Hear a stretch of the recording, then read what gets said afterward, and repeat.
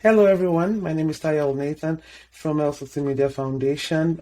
This is a video in our financial literacy series, Budgeting and You, in collaboration with the Startup Court. I have here Dotun also a CPA. I want to talk about budgeting and you. So, what are budgets?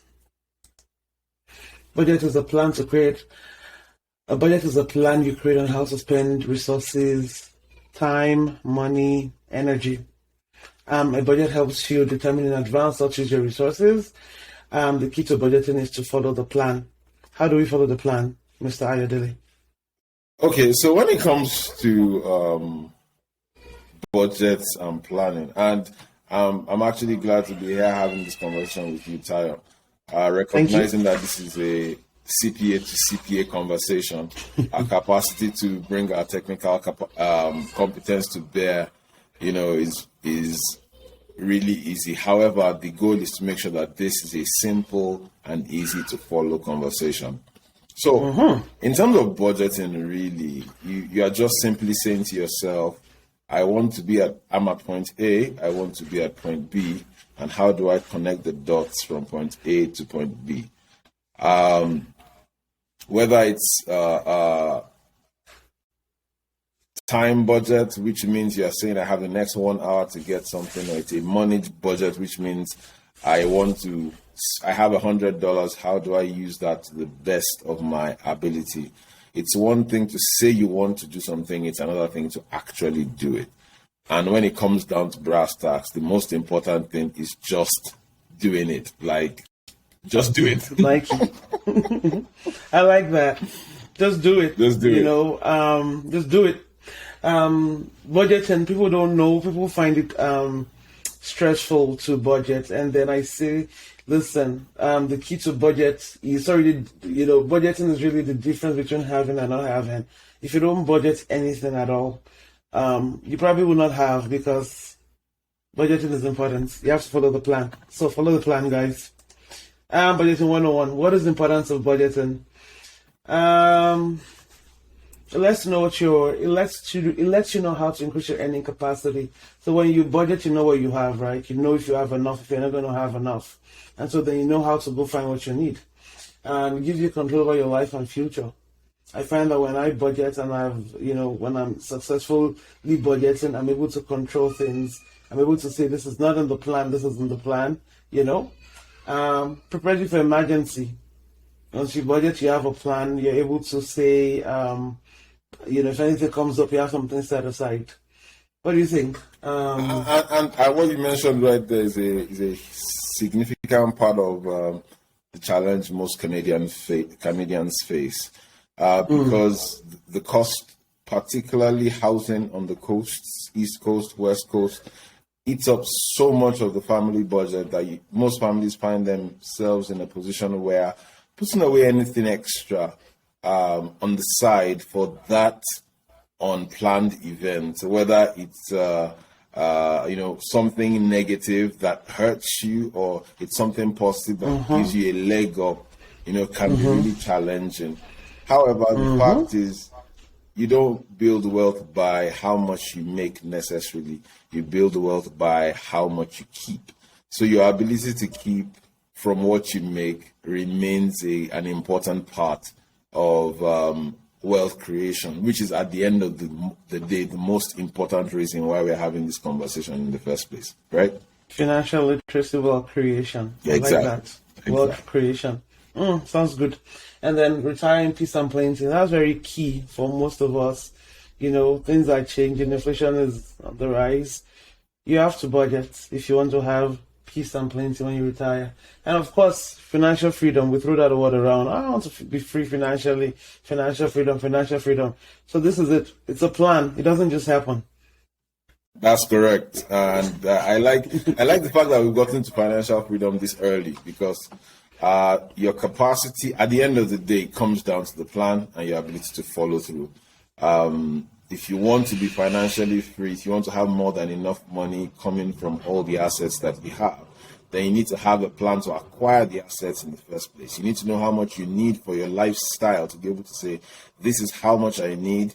It covers my living, feeding, accommodation, family, fun, friends, and then something left on the side. So if there's no plan for that, the natural tendency is to go over, not under. Under, yeah. And yeah. So if you I guess important things. So budgeting is simple yet difficult, and I find that the reason why the simple things are what gets you, not the hard ones. Yep. And I find that the reason is because a lot of us have weird mindsets or unresponsive, unproductive mindsets around money, around budgeting, around financial literacy. Some of us think we know. What are they going to teach me? I know. Some of us don't know at all, and we don't care to find more information. Some of us think we know everything, but then we don't do anything about it. But whatever the case is, your mindset, I think it starts in the mind, the power of the mind, improving your mind. So for those of us who don't budget, or who are not budgeting yet, or who are not good at it, I think some of the key issue might be the mindset we've had, and one of the mindsets. So I guess in my slide I have your money mindset is the set of beliefs that control the way you think and spend money. It's very important how you think and spend money. Some people think money is a tool. Some people think money is to be spent. Some people think money is to be saved. There's got to be a balance somewhere in there. Your money mindset impacts your budgeting. If you feel like you should spend it all, then you can't budget at all, because why do you need a budget if you're going to spend it all? If you think you should spend very little, you end up not doing what you need to do with money, and then you have money sitting in the bank, and then it's totally useless because then you're not doing anything with it. But one thing that is key in addressing your mindset is understanding why you do things the way you do. You have to know why you do things the way you do, and if you should do it that way consistently. Nobody can answer that question for you. You have to make a decision in yourself and say, is this the right mindset around money? And is this the right mindset that will get me from point A to point B, where I want to be? And what do you think? Yeah, well, and that's perfectly on point.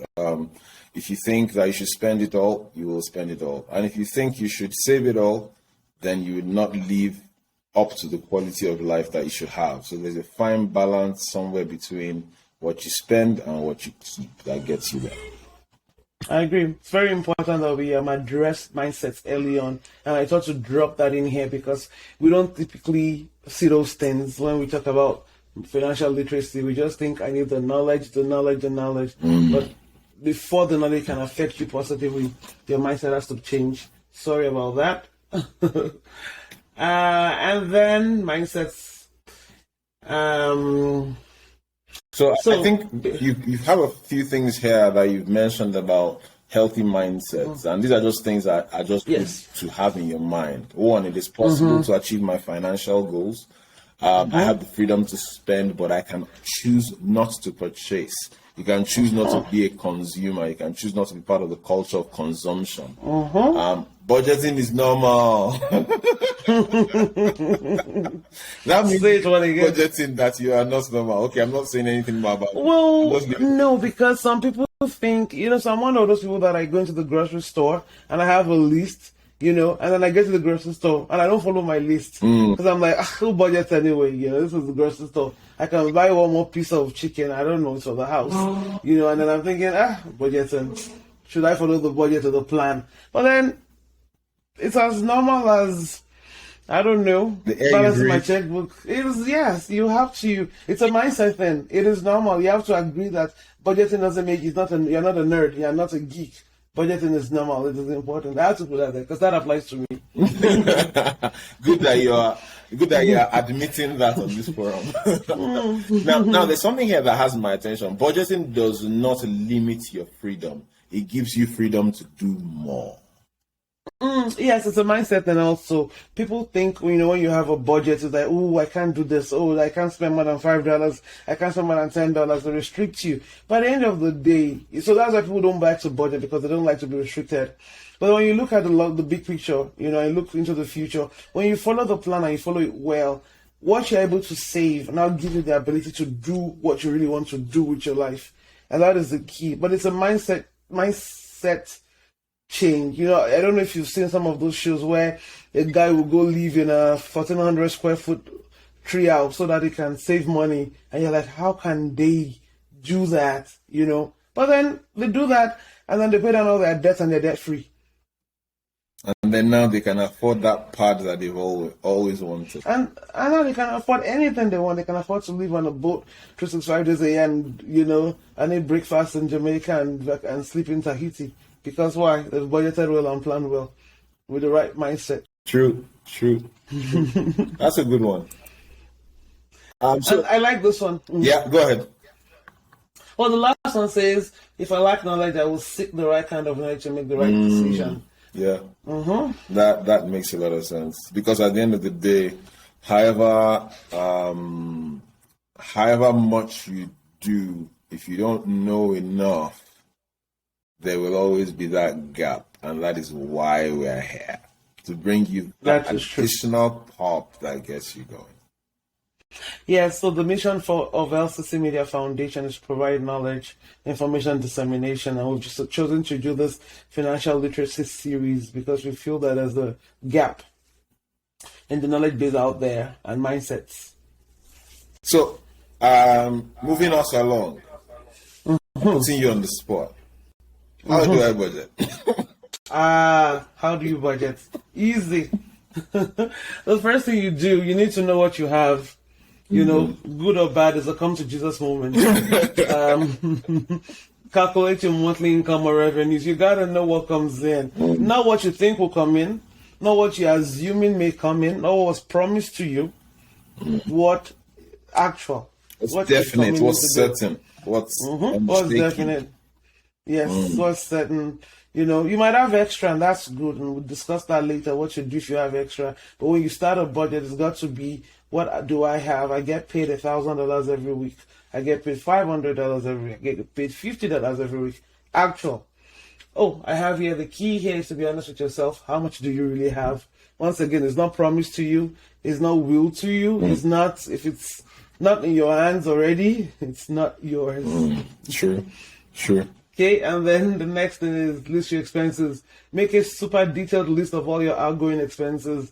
I mean everything: bills, groceries, houses, utilities, childcare, dog food, dog healthcare, vet. I don't know. McDonald's, Tim Hortons. If you spend it, put it down.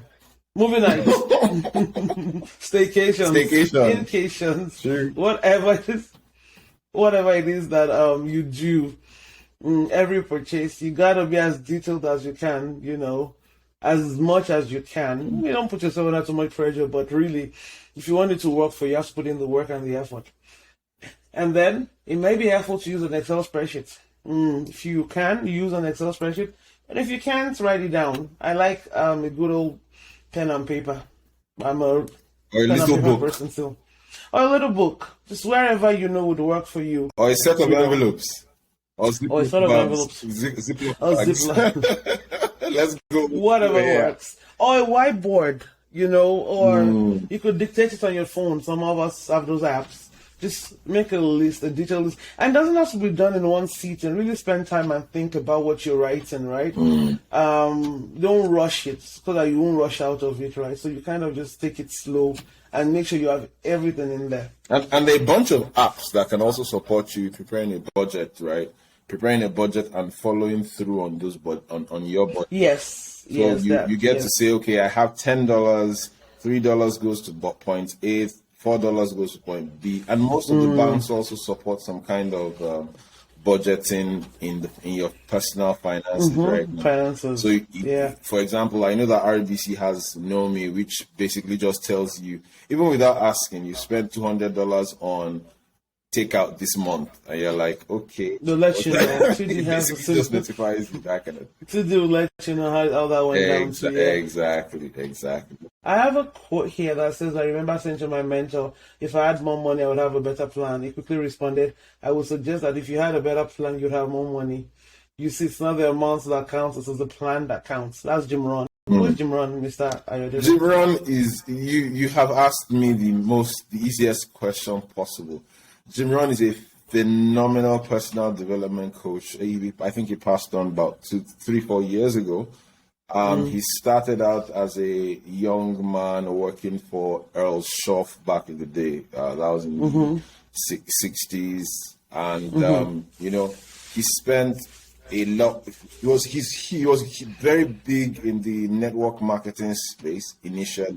He worked a lot with Herbalife back in the day, and then he became more of a speaker on his own, just going around the world talking to people about personal development. One of his books is 7 Habits for Wealth and Happiness, something like that. That book I read when I was in I think it was somewhere between high school and university, and that was basically my first exposure to the personal development world. And he's just the kind of fellow that if you sat on him and you listen to stuff by Jim Rohn consistently, you would have to be really thick to not make a change. So that's a good spot to start from. That is true. I asked you that question because I want people who are listening to know that Jim Rohn is a good resource for all things personal development and also financial literacy. Definitely. Budgeting 101, how to budget. So you use different ways to budget, like we're discussing. Use a physical method. This one is tried and tested for ages. If you find an Excel worksheet too difficult, place each cash or each budget category in an envelope or a Ziploc bag. Use one for each. Use each envelope for each item. Don't double spend. Don't spend your credit card along with your cash. That's important. So if you are going to use a credit card, don't spend cash and then credit card. Use one so you can balance the other one out. Don't spend more than allocated. Be disciplined. So I suppose this is after you make the long list of revenues and expenses, money coming in, and then you begin to plan. And so you start allocating how much do I have for cash, for groceries, and how much do I have for food, and how much do I have for this and that. Rent. And sometimes rent, transportation, movie nights, vacations, hobbies, whatever it is. And if you know you can't do it through your bank account where you're swiping, you can actually take out cash. I know nobody likes to do cash these days, but if it works for you, it works for you. Take out cash, and then and you do that, you allocate that. And if you're going to use a credit card, put all your expenses on the credit card. Make sure you're just using your credit card. Don't use your debit card and the credit card in the same time period. I don't think that would do well for your budget. For your analysis, that's correct. Yeah. Okay, it says right here, financial freedom is available to all those who learn about it and work for it. Robert Kiyosaki, that is the man who wrote Rich Dad, Poor Dad. $1 Million Guy, financial literacy, wealth giants, real estate mogul, I believe. Yes, very much. Be disciplined. So. Very much so.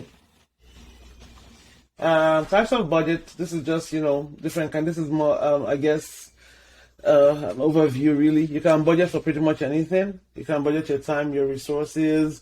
Money is not only what you can budget. You can budget anything you want to budget. And there are different kinds: surplus budgets, deficit budgets, and balanced budgets. I like balanced budgets. I like surplus budgets. I like balance, but I love surplus. How about I say that? Okay. I like balance, but I love. We don't want deficit. Deficit is bad. You should never ever spend more than you are expected. However, every problem is an opportunity. If you find when you create your budget that you are in a deficit, meaning that what you have as an expense is in total is less than is much more than what you're making, don't panic. It happens to the best of us. What do you think? Why do we have credit card debts and bad debts? And what is the statistics now of how many Canadians are in debt now? It's because a lot of Canadians are running deficit budgets. Yeah. And the goal is to get yourself at least to a balanced budget, preferably a surplus. Yeah. Making so it's a challenge. Spending less than you make. So if you find yourself in a deficit budget position, don't panic. It happens to the best of us. It's an opportunity to, what do we do then, Mr. Ayodele? Also, the first things first, you find yourself in a deficit budget situation, the first thing is to acknowledge that you're in a deficit. The first thing to do is to acknowledge that you're spending more than you make. that you're living off of credit and that you're supplementing your lifestyle with other people's money. When you get to that point, it's easy to now say, okay, how do I make up the difference? You start to look into your expenses and say, what are the things that I can jettison? What are the things that I don't need? What are the things that are not necessarily beneficial? They're extras. They're nice to haves. Cut out the nice to haves. Then shrink back on some of the things that, okay, you need them, but you don't need them as much as you are getting them. So if you know like the wants. Pardon? The wants. Right? No, you want to talk about definitely the ones are the things that are not, they're just nice to have. They're like, yeah, I want to go to the movies once a week. Like, okay, you don't really need to go to the movies once a week if you are spending more than you make. A movie trip. Like, you mean my children don't need an Xbox and a Wii U box and as well as a PS5. They don't need all that. One of the three. Just one? Oh, okay. Yeah, they can do it one of the three, not all three. And you don't have every game on all three consoles. So those are just things that... Which of my subscriptions should I be cancelling? The Audible one or the... Blinkist one or Netflix or... Not the Netflix one. Telemundo. Which of them should you be cancelling? Which one? Okay. Yeah. So you're just revisiting your expenses and saying, okay, first things first, cut back on the expenses. When you're done with the expenses, look at your income and say, hey, how can I earn more money?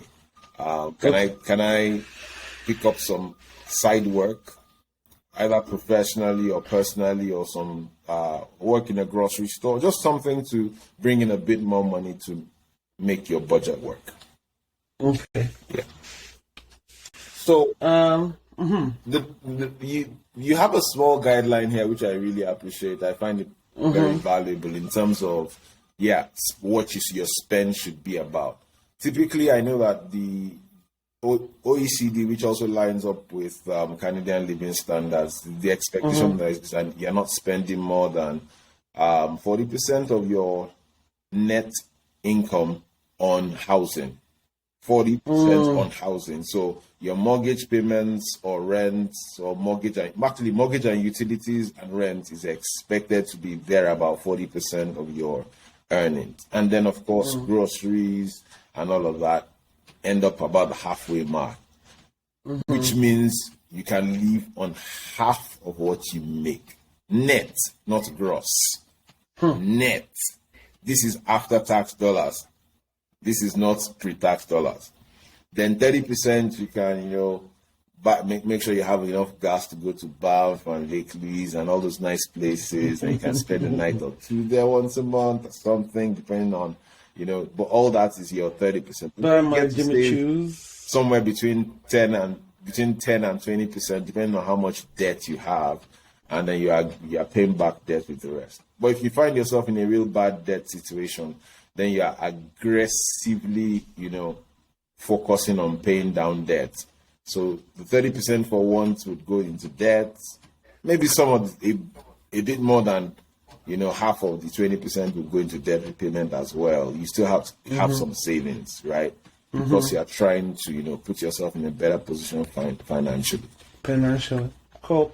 Well, as another quote here, money grows on the tree of persistence, the Japanese proverbs. You gotta love the Japanese, eh? Yeah, they got something in that space. They got something in that space. Definitely. Money does grow on the tree of persistence. Where's that tree again? Persistence. Where do I find that tree? Somewhere in your mind. And look at that. Improve your mind. Thank you for that nice segue. What are the books we could read for financial literacy? So those books I've read. I've read some, 3 of them out of the 4, but I was given a referral on the second one. So The Richest Man in Babylon, it's a small little tiny book you find it in a old bookshop or maybe on Amazon. Everything. It's available on Amazon for less than $10. Yeah, actually, it's very. And if you went to any public library in Canada, you find it there. That is true. And Power of Habits, also a good one. Total Money Makeover, Dave Ramsey. Oh my God, Dave Ramsey is such a resource. He has that show, and it really talks about money. So you guys Google him up if you want more information. And then Rich Dad Poor Dad by Robert Kiyosaki, and also another resourceful book that I think everybody should have in their library or read.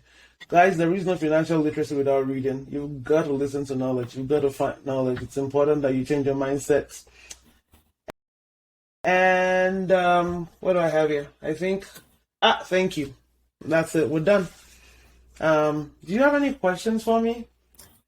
I think the biggest thing I'd like us to just reiterate once again is, what do you do when you find yourself in a deficit situation?